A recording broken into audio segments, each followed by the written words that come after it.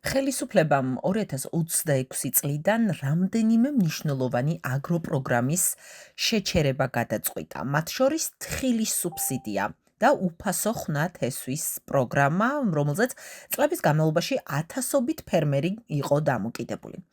მხოლოდ თხილის მიმართულებით სხვადასხვა წლებში სახელმწიფოს მხარდაჭერა დაახლოებით 40-50 მილიონ ლარამდე აღწევდა, რაც პირდაპირ ამცირებდა ფერმერების დანახარჯებს. რაც შეეხება ხვნათესვის პროგრამას, სახელმწიფო ფარავდა მიწის დამუშავების მნიშვნელოვან ნაწილს, ბენეფიციარები იღებდნენ სუბსიდირებულ მომსახურებას ან აგრობარათებს, რომლის ჯამური მოცულობა წლების განმავლობაში ასეულობით მილიონ ლარს აღწევდა. ეს იყო ერთ-ერთი ყველაზე მასშტაბური და ფართოდ გამოყენებული მხარდაჭერის მექანიზმი სოფლებში.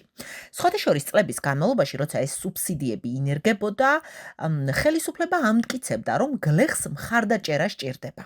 მაშინ, როცა ეკონომისტები და აგროექსპერტები ამბობდნენ, რომ ასეთი ჩარევა ბაზარს ამახინჯებს და გრძელვადიანად არ მუშაობს, პასუხი ხელისუფლების მხრიდან იყო ერთი: გლეხი უნდა გადავარჩინოთ. საინტერესოა, რა შეიცვალა დღეს. გამდიდრდა ქართველი გლეხი, რომელიმე სუბსიდირებული სექტორი გახდა თვითკმარი, მოიხსნა ის რისკები, რის გამოც სუბსიდიები შემოიღეს. ოფიციალურად არ არის წარმოდგენილი არც ერთი მკაფიო სტატისტიკა, რომელიც დაადასტურებდა, რომ მაგალითად თხილის სექტორი უკვე სტაბილურად მუშაობს სახელმწიფოს გარეშე, ან რომ მცირე ფერმერები აღარ საჭიროებენ მხარდაჭერას.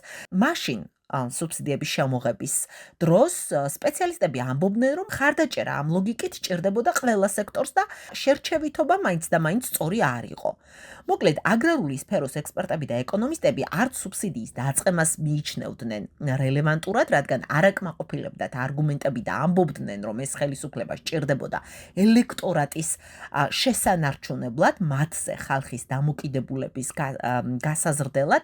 აკრიტიკებენ ახლა შეწყვეტასაც, რადგან ამბობენ, რომ ახლა საარჩევნო წელი აღარ არის და დღის წესრიგში მმართველი ძალისთვის ხმების მობილიზების საჭიროება უბრალოდ აღარ დგას.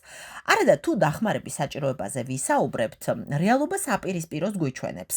აგრარული სექტორისთვის, ისევე როგორც ყველასთვის, სხვათა შორის კლიმატური რისკები არამც თუ შემცირებული, არამედ გაზრდილი გახლავთ, ბაზარი არასტაბილურია და განსაკუთრებით მცირე მეურნეობები ისევ კვლავ რჩებიან ყველაზე მოწყვლად მიმართულებად.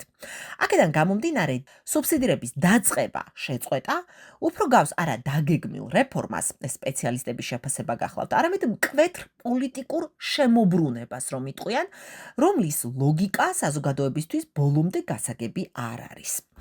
ფერმერებისთვის ეს ნიშნავს ერთ რამეს: გაზრდილ ხარჯს, შემცირებულ შესაძლებლობებს და მეტ გაურკვევლობას მომავალ სეზონზე. საბოლოოდ მთავარი კითხვა ასე ჟღერს: თუ გლეხს დახმარება სჭირდებოდა გუშინ, რა შეიცვალა დღეს? საქმე ისაა, რომ წლების განმავლობაში, განსაკუთრებით საარჩევნო პერიოდში, ფერმერებს სისტემურად სთავაზობდნენ სუბსიდირებას რთველზე, თხილის სექტორზე, მიწის დამუშავებაზე. ეს დახმარება თანდათან იქცა არა ერთჯერად მხარდაჭერად, არამედ მოლოდინად, რომელზეც ბევრი გლეხი საკუთარ მეურნეობებსაც კი გეგმავდა. ფაქტობრივად შეიქმნა მოდელი, სადაც სახელმწიფო თვითონ გახდა ერთ-ერთი მთავარი მოთამაშე აგრობაზარზე და ამით ფერმერების ნაწილი ამ მხარდაჭერაზე დამოკიდებულიც გახადა. დღეს უცებ ამ სუბსიდიებს ხსნიან.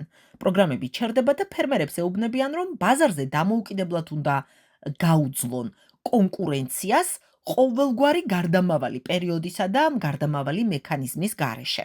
თუ წლების განმავლობაში გლეხს ეუბნები, რომ დახმარება არის აუცილებელი და ამით მის ეკონომიკურ მოდელსაც გარკვეულწილად აყალიბებ, სპეციალისტების შეფასებით ამ დახმარების მოულოდნელი შეწყვეტა უკვე მხოლოდ ეკონომიკური გადაწყვეტილება კი აღარ არის პასუხისმგებლობის საკითხიც. მით უმეტეს მაშინ, როცა არ ჩანს მკაფიო არგუმენტი, რომ სექტორი უკვე მზადაა დამოუკიდებლად ფუნქციონირებისთვის.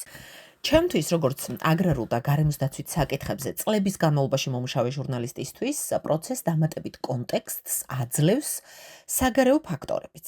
ბოლო პერიოდში დასავლელი პარტნიორების მხრიდან დაფინანსების ნაწილობრივი შეჩერების ფონზე გვიჩნდება კითხვა, ხომ არ უკავშირდება სუბსიდიების მოხსნა აი ამ რესურსის შემცირებას. მიუხედავად იმისა, რომ ხელისუფლება ამტკიცებდა, რომ გარე დაფინანსების შეჩერების შემთხვევაშიც პროგრამები სრულად გაგრძელდებოდა და ყველა მიმართულება სახელმწიფო ბიუჯეტიდან დაფინანსდებოდა, მაშინაც არსებობდა ეჭვი, რამდენად რეალური იყო ეს დაპირება, განსაკუთრებით იმის გათვალისწინებით, რომ ყველა ვიცით, საქართველოს ბიუჯეტი შეზღუდულია.